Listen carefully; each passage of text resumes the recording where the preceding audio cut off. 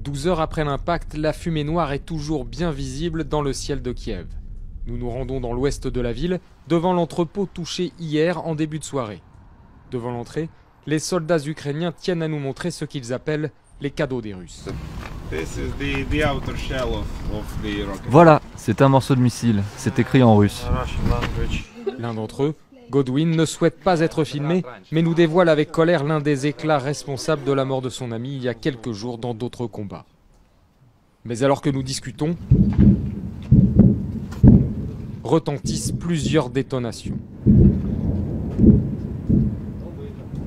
Des combats qui continuent, derrière nous, des échanges nourris de tirs entre les forces russes et l'armée ukrainienne.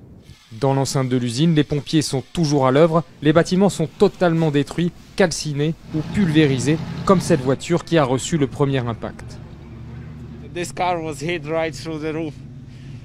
Cette voiture a été touchée pile sur le toit.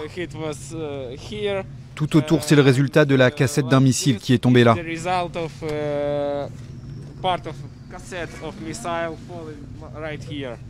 Juste à côté, l'un des employés, mort sur le coup, n'a pas pu se protéger à temps.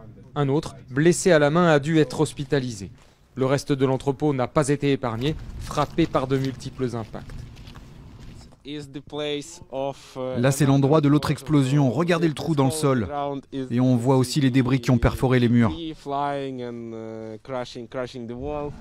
D'énormes dégâts créés par les débris d'un missile russe intercepté par la défense antiaérienne ukrainienne.